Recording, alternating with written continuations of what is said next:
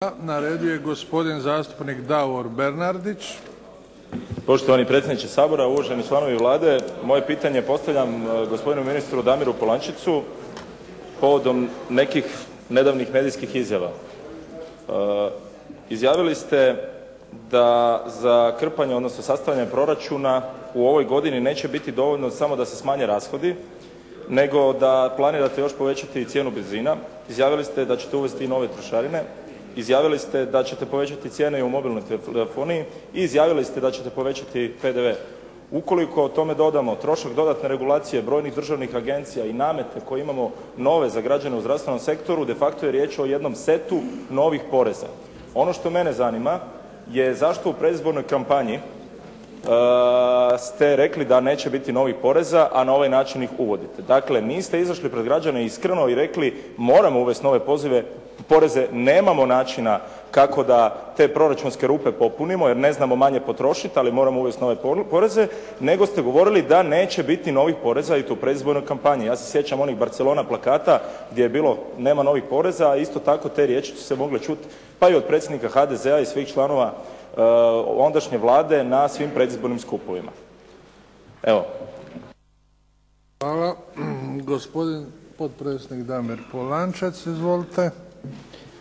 Hvala lijepa gospodine predsjedniče Sabora.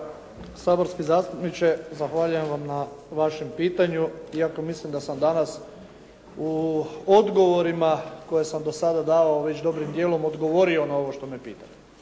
Dakle, činjenica je da je proračun definiran u 12. mjesecu, činjenica je da u 12. mjesecu, iako smo bili svjesni onoga što dolazi i efekata krize, da smo i mi kao i Europska komisija, Svjetska banka, Međunarodni monetarni fond ipak bili u svojim prognozama stopa gospodarskog rasta optimističniji nego što to danas doista se i događa. Upravo zbog toga, dakle, proračun koji smo i ovdje u Visokom domu u Hrvatskom saboru prezentirali podrazumijeva i sadrži puno veće prihode nego što će u stvarnosti oni biti i ostvareni. Činjenica je da zbog toga idemo u rebalans državnog proračuna i da je to jedna od najvažnijih ili ako baš hoćete najvažnija od ovih antirecesijskih mjera koje su do sada primijenjene. Taj rebalans državnog proračuna ide u smjeru da se prije svega itekako je stavljen naglasak na to, ostvare uštede gdje god je to moguće, po kojem god ministarstvu je to moguće. Kao što smo i nedavno prezentirali za sada, uštede po ministarstvima su na razini od oko 2 milijarde, nešto iznad 2 milijarde kuna.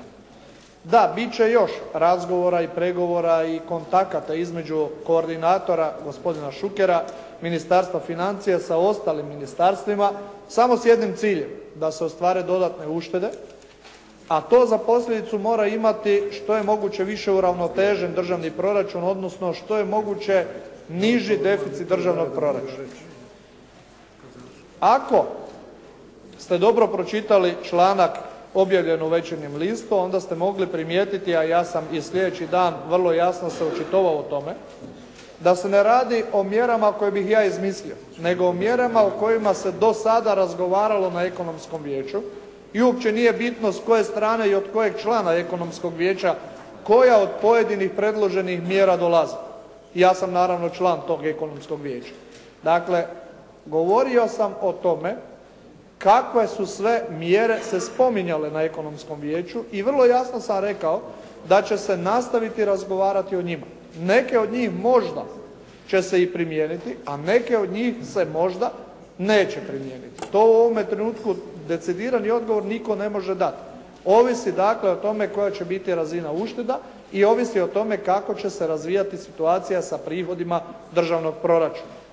Kad me već pozivate i prozivate za nove poreze, ako ste dobro pročitali taj članak i pregledali eventualno predložene dakle mjere, onda ćete vidjeti da se samo u jednom segmentu radi o novom nametu, odnosno novom porezu, a to je porez, odnosno trošarina na mobilnu telefoniju.